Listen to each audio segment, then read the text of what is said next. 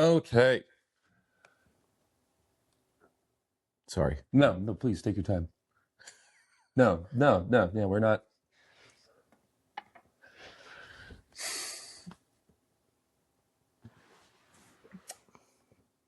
Do you want to say a prayer or something really quick?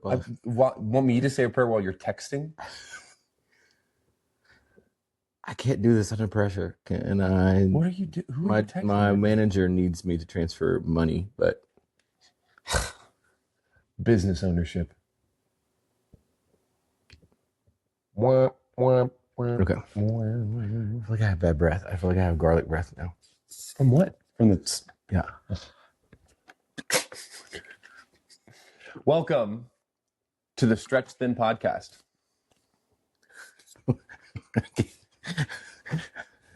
I'm giving you the thing. You are giving me the thing. But is this going to be on video? Yes.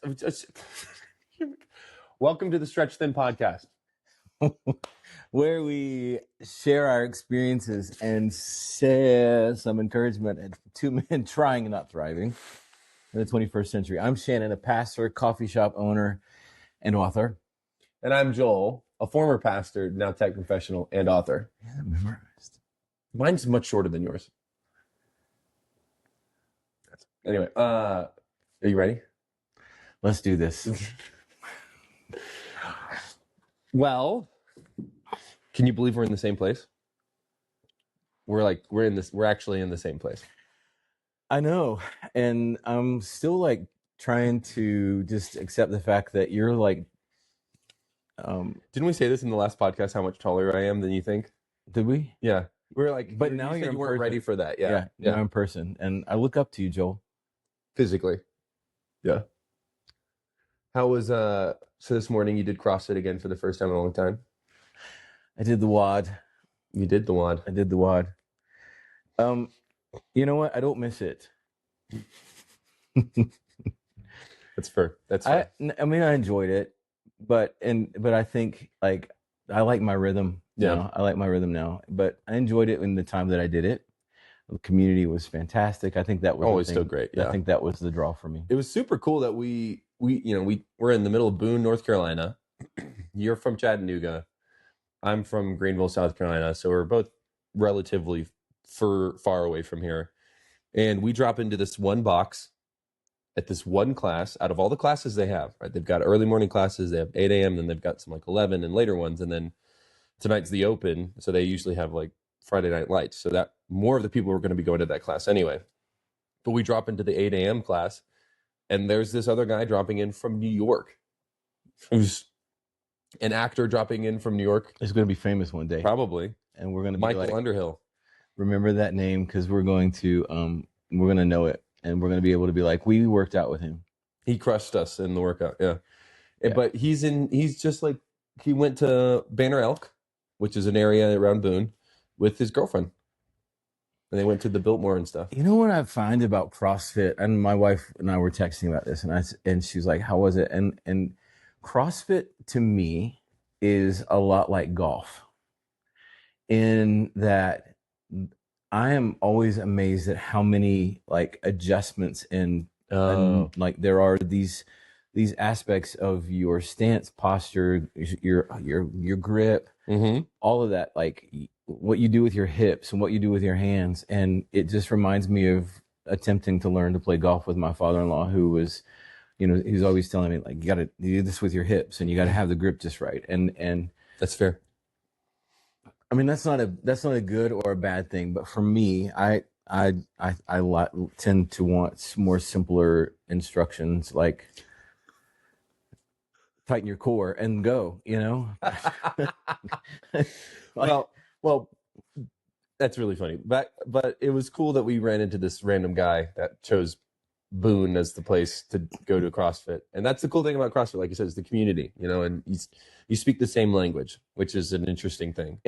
And that was really cool because the people that were there was a good number of people that were from the area, and they're fist bumping us, and I like we've never met them before, but you just feel like, oh, well, we've always done this together, right? And so it was. I do. Kudos to CrossFit for that. Yeah, I mean, even the thing we did was a strength portion. You back squat and you did some clean and jerks and stuff. And, people are watching us do clean and jerks. And me and that random guy, Michael, that we met, we were doing probably the heavier clean and jerks in the gym. And other guys in the gym were just looking and cheering us on. And, you don't get that. Because you were like the heavy lifters in the room. I guess so. I guess you were. Okay. Yeah. I was glad that I didn't hurt my back. So. You did great. Thank you. So we're here in Boone. Why is it good that we're here? That's the question though, too. Like, why are we here? We're two guys on a dude trip. Sorry. It's okay. Coughed into the. It's okay.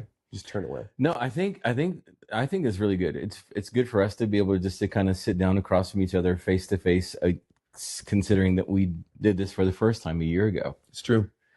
And just really cool with technology and how we're able to have built a friendship over the last year. Mm-hmm. But it does speak to, there's just something that's just really cool that happens when you're actually able to sit across from someone and just talk life and just just connect with one another. So yeah, it's been really good. It's a short trip, but it's a good trip, and it's been good too because we've had time to kind of do the things that we've wanted to do. Like, I've been able to sit and do some writing and some planning and some giving attention to things that tend to make me feel stretched thin during the week. I'm able to have sort of just this place of uninterruptedness. Yeah. So that's been good, but this has been the best part, is just being able to hang with you. But you're not wrong too, because just like you said, the space that you have and the time you have to get to do it. I mean, we did CrossFit, went and got breakfast, which was fantastic. That was really good. I want to go back. What is it? What was the place called? Vicious Biscuit. Vicious Biscuit and Vicious Bacon. That was so, the bacon, that was probably the best bacon I've ever had in my life. Yeah, I think they seasoned it well. It had a little bit of kick to it. First Watch? Mm-hmm. They have some really good bacon. It's sweet though. This beats it. This was like, it hit home. It's one of those where you wish you had the recipe. Mm-hmm. You're like, I need to know.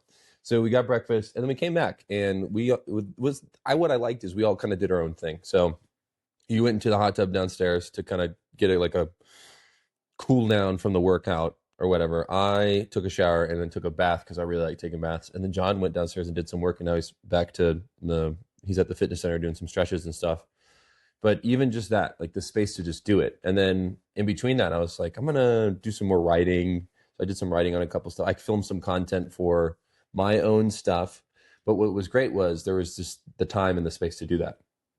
And I don't know if you're like that, but when you're going through the rest of your life and your day, and it's not that you feel as if you have to do it, but there are things that you feel as if you want to kind of get to, but then you go, oh man, where does it fall on the list of priorities and what needs to happen and all that kind of stuff. And then just having time where you get away, you don't have, it's almost actually the opposite. You're more overwhelmed because you have the abundance of time and space. Yep. Not you're overwhelmed because you have no time and space and you still have the things to do. So like I had to kind of move through that. Yeah. And go, okay, now I have time. What do I want to do in this moment? Like I could plan some things, or just like what I want to do. I thought I'm just going to film some content. It's a sweet, just the changing of pace is fantastic. And I've heard this phrase, the change of place and a change of pace is what is so oftentimes necessary for you to be able to get into just a healthy space in your head. And I think that's true, because I find just being here and in the mountains, it's quiet. There's not the noise. There's not as much just demand, kind of pounding on the door saying this has to be done. And it just slows you down. And I just think that it's huge, especially for the person that is stretched thin, to find that time that you can carve out. Literally, I mean, for me, it's barely 36 hours, I think, is what it's pretty much. Yeah, because you're turning around quicker than we are. Yeah, so I have to be back. But it's 36 hours of invaluable time just to change place, change pace, and get into a better headspace. So are we going to coin that? I don't know. You want to? Yeah. What is it? Sometimes a change of place, a change of pace is what you need to get into a better headspace. Look at us. Okay. How about that? Copywriting. We copywrote that. That's You ours. heard it here. You heard it here first. Don't you dare. I Anyway. don't know, though. Maybe I've probably heard it somewhere else, but maybe we want to claim it as our own. It wouldn't be a Stretch Them podcast if we didn't talk about what was your good and bad. And so what was your good and bad from this past week? My good was I got some time away with some of my family, two of my kids and my wife. We took a trip to South Alabama. My oldest daughter's there, so we got to go spend some time with her and our friends. It was just a really, really good time for us as a family, good time spiritually, just a good time, just road tripping. Yeah, that was a really super, super good for us. How about your good for the week? Honestly, I think my good was Ed has been doing better with naps during the day, which helps my wife out more, because she gets more stressed if he's just not doing good naps and you have to hold him or something, and so it just disrupts the day. And then he was doing better, even though he's got his teeth coming in and they're hurting like crazy. His molars are coming in. He was doing better at getting into the bed at night and having good night sleeps. Like he slept the whole night, almost. I think every single night this week, and so that was also good too, because on nights where I coach in the morning, Joanna usually has him if he gets up, and I always feel terrible, even though it's an agreement you've made between you and your spouse. I feel terrible when she's getting up with him, and I'm like, oh, yeah, have fun with that. I can, so it was good. It was a good week of just Ed was doing better, so my wife was doing better, and yeah, that's good. What about Ben? Oh, this is a tough one. Because I don't think any of us likes to really kind of talk about those argument moments with your spouse, but we had one this week, and I have just at the outset I have to take responsibility for it, because it was me. Good job, Shannon. We'd been out of town. We came back into town. Great time away, but as we got back into town, it's always like when the moment that I pull back into the city, like it's all automatically like, hey, this needs to be attended to, and hey, what about this? What about this? What about this?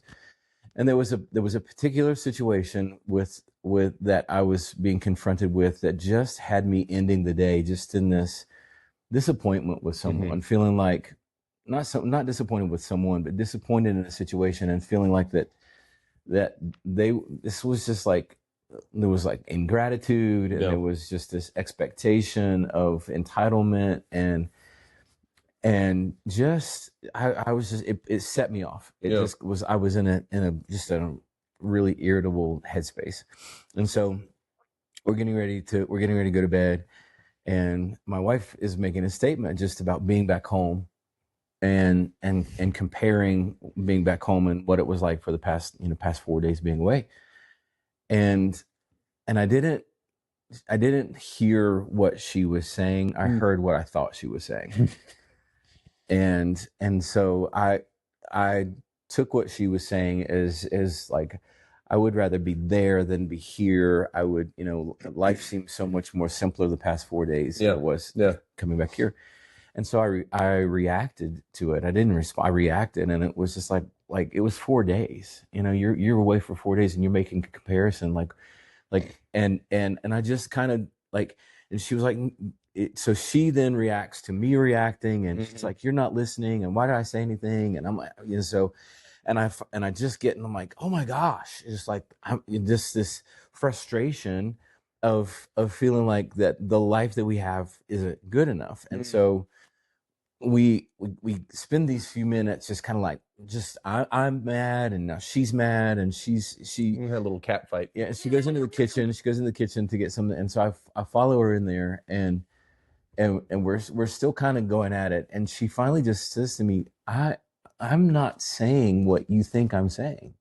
I'm not saying that my life, like, I know the past 4 days was sort of out of the ordinary, and I mean, in such a beautiful way, she was able just to look at me, and as she's standing there, I just have this moment where I see her, like, she's being honest, and she's being sincere, and she's unpacking like what's really going on in her head.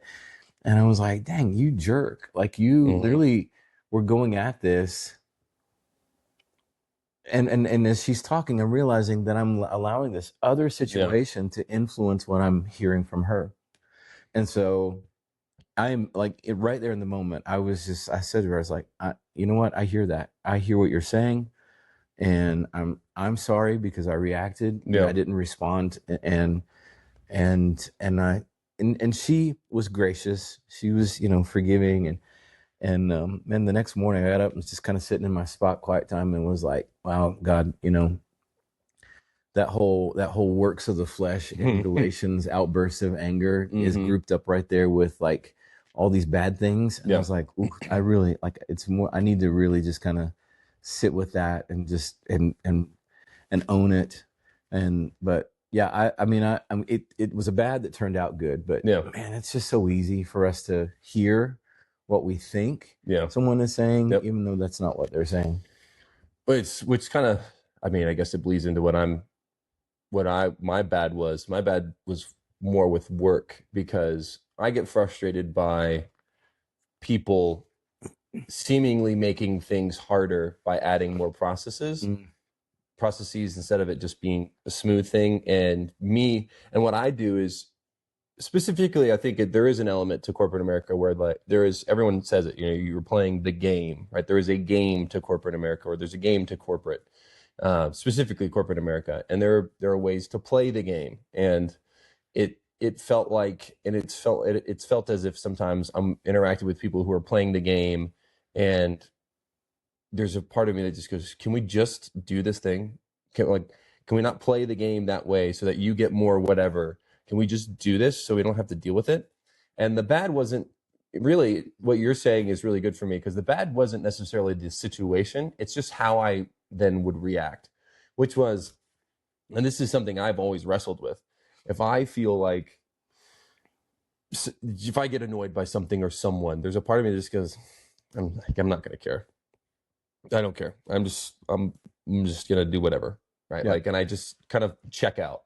And so I checked out one day of just like, I didn't want to do the work. I did the work, but I didn't do it well, or I didn't do it as quickly as I could. Right. And I was just because like, I don't care about this. And I just got so selfish and so me-centered, just because whether I was right or wrong, I was frustrated with this person not working the way that I think we should have been working. But because of it, I thought, whatever, I don't care. And then, and then the problem though is it doesn't stay there. If I think back to it, like that bleeds into how I interact with people. It's not like it just stays at work, because I also work from home. So it's less like it's at work and I don't interact with anyone else in my house. Like I'm going to interact with people while I'm upset and pissed at this person or whatever. And that influences how I interacted with other people that day. Yeah. And I'm going, okay, I let this other person dictate just how the rest of my day went, when like that, they basically won in all the different ways that they could have in my life. And it's like you're handing them the keys to your house. It's like, okay, like here, you just come in and wreak havoc. And that's frustrating too. Yep. And I draw a strong line between reacting and responding oftentimes, because I find that our tendency is to react, to go at something, rather than pausing and just coming and saying, okay, what is the right response to this situation? And man, if we would just learn to slow down our way of relating to whatever situation we're at, and make a conscious decision that I'm going to respond to this rather than react to it. Sometimes reacting is necessary, but for the most part, I think if we were to just respond and think about how we're going to respond, it would be a lot less tense conversations, a lot less arguments, a lot less just. But it is tough though. It's hard. If the name of the podcast is stretched thin. You stretch a rubber band thin enough, it's going to snap back so much quicker than if you stretch it like this. Yeah. And that's just us. If we're stretched thin, then when something happens, we only can react. You have less margin to be. There's no give. Yeah, absolutely. Yeah, and then eventually you break. Absolutely. Which isn't good. Okay, do you want to move on to wins? Yeah, are we? Let's do our friends wins, because we have a lot, you said. Yeah, I do have. Oh, here we I'm so excited actually about all of these. I won't go all of them because there's a lot, and one of them's really really long here that I actually haven't been able to read through. So I want to just kind of sit with this one for. We'll do it on another podcast, but yeah, this first one is from Justin, who says that and he's a junior in college. Oh, cool. Actually happens to be my son-in-law. So I actually sent him, I was like, hey, I'd love to know what your win is. And that's super cool of you as a father-in-law. He says he's been busy with the days of school, marriage, academic life, his social clubs. But the win for him is the act of doing small things for himself by himself, protecting his alone time away from everything and everyone. And I love it. He says, I just usually pack my Stanley thermos with coffee and I'll head up to the Ocoee River, which is not far from where he's at, and just do a simple Bible study or even just work in silence. And I love that he sees the value of that. It's really interesting too, because that's a Gen Z thing. They are much bigger on boundaries. And I mean, the cliche thing to say is mental health. Like they care a lot more about mental health, and then it becomes this whole, they're too into their feelings. But there is an element of they understand boundaries, whether you think that they should hold them to them as much, right? In corporate, people would be like, "What do you mean you're not going to work after 5?" But there are some people there, and credit to them for sticking to their guns and saying, "I'm not. This is my boundary." Yeah. At a young age, I think that's a really good thing to have. I would have learned that at a young age. I know. No. Are you kidding me? There's no such thing as boundaries. I'm still working through that because I work from home. Yeah. I'm always on. And it's hard. It is hard being an employer, being a boss, and being a boss of lots of Gen Zers. There is a level of frustration because I do think there has to be a balance in that. Yes. Like I see it. We see it in time off requests. Oh yeah, all the time. We see it as a time off request. They see it as I put it in. I'm a time off declaration. Yeah, like I'm off for this, and it wasn't there. It was never that way for me. Like you asked off from work, and so we're off. We often find ourselves kind of in the situation of saying, "Ooh, gosh, we have to actually tell them no." Yeah. And that's just business. That's work. So there is a balance, but I think you're right. I think that, and there is a value in being able to know healthy boundaries. And I think Gen Zers, they've got it. It's hard to, because there's always that pendulum swing. And like you said, we want to react and say no, but there is a lesson to learn. And the lesson I think I learned, I worked at one point, I worked in, retail, and requesting off at retail is the hardest thing in the world other than service industry like you. But there's a level of, if you wanted to request off and it wasn't maybe going to work, you got to be creative. Okay. So maybe swap with someone. Yeah. Right. And so you got really creative about that. And I think that's an element that needs to continue to be a part of Gen Zs and any generation, is be creative in problem solving, not like restrictive in your problem solving. Meaning like, well, I'll request it off, so I'm going off. And if you go, well, no, and then be like, well, how dare you? Like, doesn't mean you can't. You just, maybe you need to switch with someone. Being creative, that's huge. Yeah, I think. Yeah, I agree with you. Here's one. This is awesome. So I actually got to work with this guy at one point, and if there's a part of my story I think I've talked about a little bit. We'll talk about probably in podcasts. It might be good eventually to do our stories event. I think it would be cool, but not yet. But I spent this past summer, just kind of like helping out in shooting real estate photography for a guy. He needed some help. He had tons of business. There's tons of business in our area. And so it was great just getting to hang out with him, shoot houses, and like we'd go our separate ways and shoot houses and stuff. Anyway, so I texted him and asked him what his win was. And during that summer, I was on my nutrition plan, my first time. And because I was doing so well, it made him want to do it. And so he did it. And then I asked him, he said, yeah, actually, because he had fallen off. And he said, I've just completed 4 straight weeks of eating properly and doing the workout plan I had for myself. 4 weeks. 4 weeks. That's huge. It's not easy. No, it's not. So Ryan, Way great to job. go, Ryan. No. Okay, that's a win. All right, what about you? Okay, Next I one. got another one. This one's cool. Michael says, I've got a good one for you. I love his confidence. This guy. And he says he leaves for Asia for the next 2 weeks on Saturday, and work's been just nonstop, taking calls from 7 a.m. to 7 p.m. for the last couple of weeks. And so his win was being able to take the Friday before leaving off to spend with his wife. That's cool. He says it's a little win, but it's a win nonetheless. And that's the statement that, like, I love this. Yes. Is the idea of, and as I've chatted with people and said, hey, what's your win? And they go like, I don't have a win. Yeah, I don't have. And I'm like, no, this is you. What we want you to understand is that there are wins that happen every day Exactly. that we're not looking for. And I love that statement. That's probably one of my favorites. I mean, and then we're going to get it a lot. It's just little. I mean, and even Justin's win earlier was like, that's probably not what you're looking for. Same thing what Ryan said. It was a little win, nothing major. Yeah. Like, what do you mean nothing major? And that's like, What do you mean nothing major? And we're not trying to give ourselves like participation trophies, you know, or you know, self-affirmation for just to be annoying with ourselves. But like, I just think that if we don't stop and look and see, life is actually better than we give it credit for. Yes. There are good things that we're doing and good things that are happening. Mm-hmm. I think it has the ability to change how we live our life. Well, that's why our tagline, I know it seems cliche and hokey, but the tagline for the podcast is we're guys trying, not thriving in the 21st century. Because the expectation we didn't want to set with anyone was we're two guys thriving. Like, look at us. Yeah. And to someone, they might look at our life, my life, your life as we're thriving. And we'll look at other people and be like, well, they're thriving, I'm not thriving. And that's the problem. Yeah. Is the thriving is so subjective, but the trying is objective.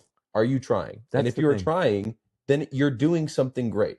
Because there's wins there. Because just the simple act of trying, I think it's just the decision to get up, to go back into the grind and to do the thing, you know, regardless of how great or how mundane or how much of a drudgery it seems. And I just, I think, I get it all the time. Well, you're a business owner. You got 4 coffee shops, and and the perception is that we are, that we're just, there's Starbucks and we're right under, and there's nothing that could be further from the truth. That's true. You don't have a jet. No. And most days I'm going, oh, okay. How are we going to get through this? And oh man, this wasn't, or, hey, we forgot that this is a tax that was due back in whatever. And so like, it's not easy. And, but I think just being able to help guys be able to just get up and try again today. Yeah. And then tomorrow. Yeah. And then the next day. So amen. Little wins. This one's cool. This guy, friend of mine, from Virginia, Jaime is his name. He said he has a couple, but he was like, I could go as big as my toddler learning to walk. And I thought, I love that. Yeah. That's a win. I mean, any parent watching their kid learn to walk, it's such a cool thing. What a win. You literally watched their life change forever. And before you move on to yours, I love staying on the theme of kids. Another person, Brad, said, my son Trenton is testing for his black belt today. And I love that. Like, I think that's just, it's so cool to get to see your kids do that. But whether it's, which is just so cool, the time difference, right? Whether you're watching your kid walk for the first time, or you're watching that kid who you saw walk for the first time now go for their black belt. Mm-hmm. Just how amazing. That itself is a win, that you got to be a part of that moment for your kid, that you got to witness it. If Absolutely. You weren't trying, you wouldn't be there for that, right? Absolutely. So that's a win. Yeah. Your turn. So this one is from my friend, a pastor friend. Oh, Jeff. Jeff's a pastor. he's a pastor in our city, and he just sent a text that said we were officially under contract for our new church building. They're in a setup, tear down kind of mobile context, yes. And so much headache. So yeah, just to be able to get to that place and to be able to have be in a contract for their church, like I feel the weight of that off of him. You know, that's huge. There's a new weight coming in, trying to get it all, ready to make the monthly payments or whatever, but still then the weekly services and all the things that are going to happen with that. Yeah I know. But now he doesn't have to set up sound systems and chairs and stuff every week. So way to go, Jeff. Awesome. What about, you have a ton of wins. You can keep listing off yours. Well, I have two more. I'll do two more. One is from Jason. Jason is celebrating the fact that he's in mortgage sales, and he was working for a mortgage company, but he ended up being able to move to a bank context. Great bank in our area, and just like that job for him has been just a sweet spot for. And then he also runs a nonprofit. He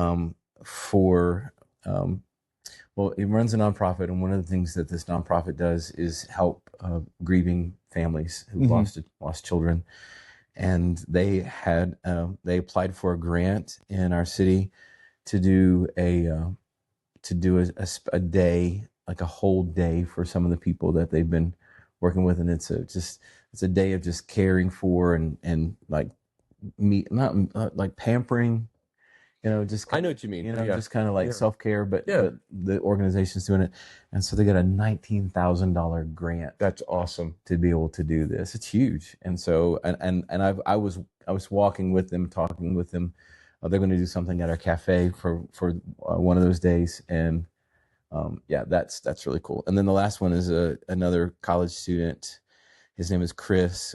Chris, I get to spend with an hour with him most weeks, just in a discipleship relationship, and brought a brand new car this week. That's cool. And then he just says, my two wins are buying my car and finding myself able to cling closer to Christ in desperate moments of the week. So that's a win. I think I do have one last one. His name's Kelston. He got his personal training certification, which is a super hard one to get. The NSCA one. It's like crazy hard. Have to do a ton of studying. He's always wanted to do personal training. He's done that as like fitness and all that, but he recently had like lost his job, and so he was like, this is an opportunity to transition. And so he took the jump and went for it, and he passed he passed. Yeah, there we go. So what'd you say his name was? Kelston. What? That's a cool name. Yeah, Kelston Robinson. To win for his name. Yeah, he's from Canada. Hey, I met him in when you did it.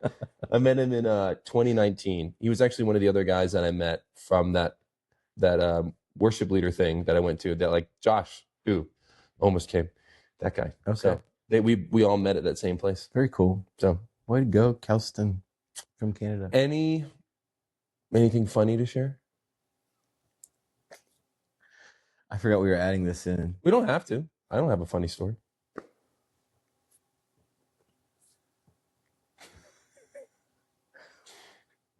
You know what the funny story is? I don't understand why you talk to deer like you do. It's weird. Like you talk to every time you see a deer, you slow down and you say, "Hey," because it makes me think like you're like Mr. Tumnus from Narnia. Maybe I am, or maybe I've seen one too many YouTube videos of deer losing their minds and going all like postal on people. What? You've seen it? Like they go crashing into grocery stores. This is such a journey of words. Deer absolutely losing their minds, and then I'm like, okay. Going postal. Oh, I go, whoa, okay. You just went this way.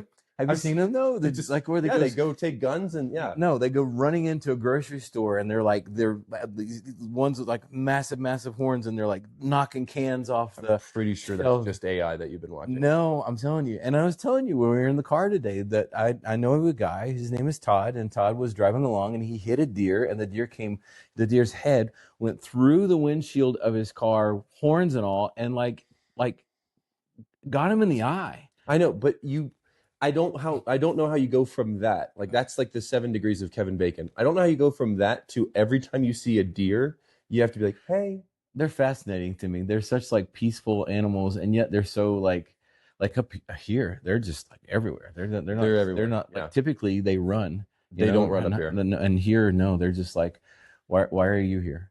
It just made me feel like there was a mafia of deer that you felt scared around, and that you just had to remind them that you understand that you respect them. They understand that you respect them. Like, hey. Yeah, it's not a fear. I respect them because you just don't, they're unpredictable. I think they're unpredictable. And so, but I'm also fascinated by them. I'm all, like, I love to watch them. I love to watch them just like graze and just do their thing. I'm not a hunter. Like I have a bad hunting story with my dad one time. And so do we need to talk about that? It ended poorly. And after that, I was like, I don't think I ever want to do that again. And so maybe there's some sort of like subconscious part of me that's like seeing and like, hey, I remember what happened to one of your kind, and I'm really, really sorry. You're just making penance for the rest of your life constantly. So. Can I say that? That sounded kind of like what? One of your kind, like as far as an animal is concerned. Race? Are you thinking you're being racist towards an animal? I just think I might get in trouble for saying. For who? Who's gonna get in? I don't know. Nobody. Not. Do you think PETA's listening to this podcast? Maybe. I don't think PETA. Anyway, hey, thanks again for listening.